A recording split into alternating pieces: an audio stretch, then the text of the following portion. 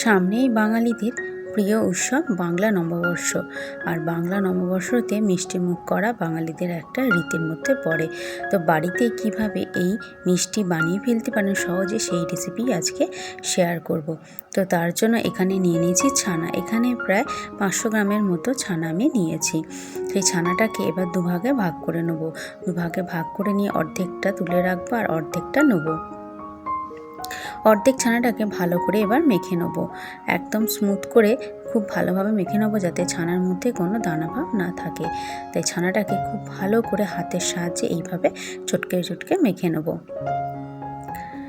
আজকে 2 রকমের মিষ্টি রেসিপি আজকে শেয়ার করব। প্রথম রেসিপিটা শেয়ার করছি, এর পরের রেসিপিটাও শেয়ার করব। তো এতে 1 টেবিল চামচের মতো আমি দিয়ে দিলাম চিনি। চিনিটা দিয়ে ছানাটাকে আরও ভালোভাবে সুন্দরভাবে মেখে নেব। এইভাবে মাখছি যেভাবে, হাতের সাহায্যে, যাতে কোনো দানা না থাকে, মানে ডালা ডালা ভাব না থাকে। তো ছানাটা একদম স্মুথভাবে মাখা হয়ে গেছে খুব সুন্দরভাবে। এবার কড়াই বসিয়ে দেবো। কড়াইতে আমি দিয়ে দেবো সেই মাখা ছানাটা, দিয়ে ছানাটা হাতের সাহায্যে মেখেছিলাম সেই মাখা ছানাটা দিয়ে দেবো। দিয়ে খুব ভালো করে ছানাটাকে নেড়ে নেবো। এর সাথে দেবো কনডেন্স মিল্কস। এখানে 1/2 কাপের মতো কনডেন্স মিল্ক দিয়ে দেবো। দিয়ে খুব ভালো করে মিশিয়ে নেব। এটা একটু লিকুইড হয়ে গেছে, কিছুক্ষণ এটা নাড়বো, নাড়লে এটা শক্ত হয়ে যাবে। তো কিছুক্ষণ এটাকে এইভাবে গ্যাসের ফ্লেমটা লো করে রেখে 2 থেকে 3 মিনিটে এটাকে একটু নেড়ে নেব। তো কিছুক্ষণের জন্য এটাকে নাড়বো, যত নাড়তে থাকবো এটা একদম শুকনো হয়ে যাবে। গ্যাসের ফ্লেমটা লো করে রেখে এটাকে নাড়ছি। আর এতে একটু দিয়ে দেবো আমি এলাচ পাউডার, গন্ধটা খুব সুন্দর হবে বলে। এবার কন্টিনিউ এভাবে নাড়তে থাকবো। তো এটা অনেকটাই শক্ত হয়ে গেছে, এর থেকে বেশি এটা শক্ত আর করবো না। এবার এটাকে একটা প্লেটে ঢেলে নিয়েছি। প্লেটে ঢেলে নিয়ে একটু ঠান্ডা করে নিয়েছি। ঠান্ডা হয়ে গেলে যে মাখা ছানাটা রেখেছিলাম, অর্ধেক ছানাটার মধ্যে থেকে অর্ধেক ছানাটা তুলে রেখেছিলাম, সেই অর্ধেক ছানাটা এতে দিয়ে দেবো। দিয়ে এই মাখা ছানাটার সাথে খুব সুন্দরভাবে মেখে নেবো। খুব সুন্দরভাবে মেখে নিচ্ছি, একদম দুটো ছানা যাতে খুব সুন্দরভাবে মাখা হয়ে যায়। মাখা হয়ে গেলে এবার হাতেতে একটুখানি ঘি মাখিয়ে নেবো। ঘি নিয়ে এবার গোল গোল করে বলের মতো শেপ দেবো। এই মিষ্টিটা খুব সুন্দর তৈরি হয়, ঘরেতেই এই মিষ্টিটা বানিয়ে ফেলতে পারেন খুব সহজেই এবং অনায়াসেই। এর জন্য দোকান থেকে আর কিনে খাওয়ার প্রয়োজন হবে না, একদম দোকানের মতোই এই মিষ্টি ঘরেতে তৈরি হয়ে যাবে খুব কম সময় আর কম উপকরণ দিয়ে। এবার যতগুলো বল হয় ততগুলো বল এইভাবে আমি তৈরি করে নিয়েছি। অনেকগুলো বল আমি তৈরি করে নিয়েছি ছানার বল। এবার নিয়ে নিয়েছি মিল্ক পাউডার। মিল্ক পাউডারের মধ্যে এগুলোকে একটু এবার কোটিং করে নেবো, যাতে এগুলো না ভেঙে যায়, কারণ এটা খুব নরম। তাই মিল্ক পাউডারের মধ্যে এইভাবে গুঁড়ো করে নিচ্ছি, মানে মিল্ক পাউডারটা গোটা গায়ে একটু কোটিং করে নিচ্ছি। এইভাবে সবগুলোকে করে নেব। করা হয়ে গেলে এখানে আমি নিয়ে নিয়েছি একটা চকলেট, একটা বড় চকলেটের প্যাকেট নিয়ে নিয়েছি। সেই চকলেটের প্যাকেটটা থেকে চকলেটটা একটা বাটির মধ্যে নিয়ে এটা একেবারে একটু মেল্ট করে নেবো, মানে চকলেটটা একটু গলিয়ে নেব। তাই গরম জলের মধ্যে এটা দিয়ে দেবো, দিলেই এটা একটু গলে যাবে, মানে গরম জলের মধ্যে এটা বসিয়ে রাখলেই চকলেটটা গলে যাবে। তো চকলেটটা একদম গলে গেছে, দেখতেই পাচ্ছেন, গরম জলের মধ্যে বসিয়ে রেখেছিলাম। তো গলে গেলে এবার কিছুটা চকলেট ওপর থেকে দিয়ে এবার এভাবে একটু ডেকোরেশন করে দেবো, যাতে দেখতে খুব সুন্দর লাগবে আর খেতেও খুব সুন্দর লাগবে। এইভাবে সবগুলোকে দিয়ে ফ্রিজে এটাকে রেখে দেবো, যাতে চকলেটগুলো এর ওপর খুব সুন্দরভাবে জমে যায়। এইভাবে সবগুলোর ওপর, মিষ্টির ওপর এইভাবে দিয়ে দিচ্ছি, খুব সুন্দর একটা ডিজাইন তৈরি করে নিচ্ছি। তো সবগুলো হয়ে গেলে এবার এটাকে ফ্রিজে রেখে দেবো।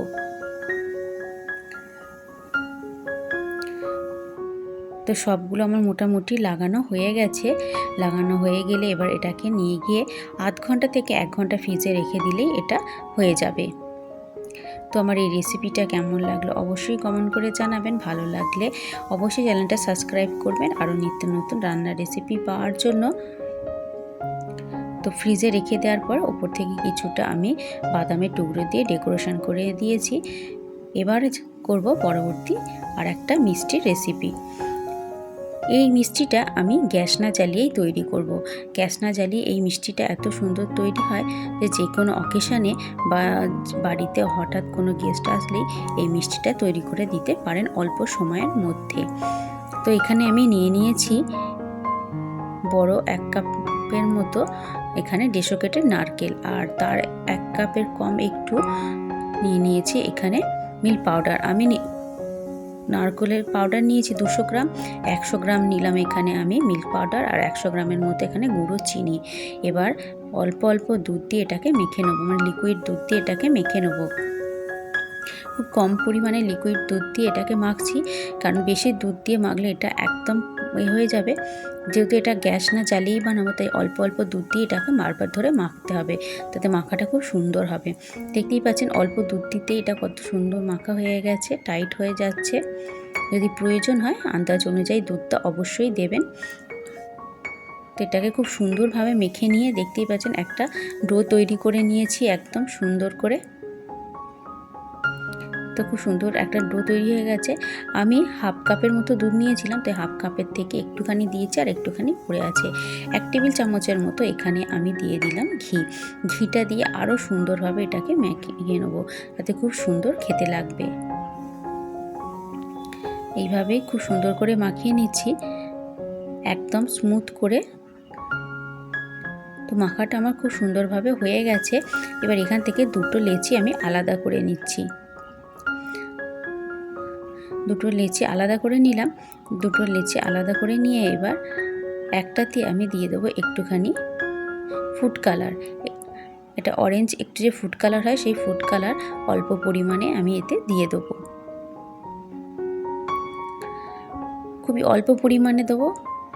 এখানে 1 ফোঁটার মতো দিয়ে দেবো। দিয়ে এবার খুব ভালো করে এই অরেঞ্জ কালারটাকে এবার এর সাথে মেশাতে থাকবো, যাতে খুব সুন্দরভাবে মিশে যায় আর খুব সুন্দর একটা রং আসে।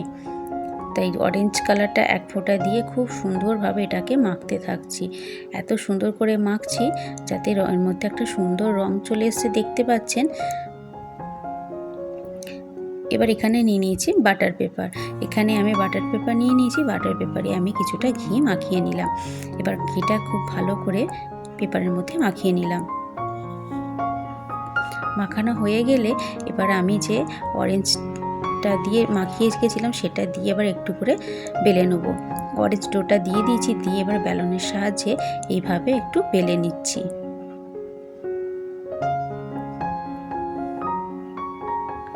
বেলা আমার হয়ে গেছে। খুব ভালো করে এদিক ওদিক করে একটু বেলে নিলাম।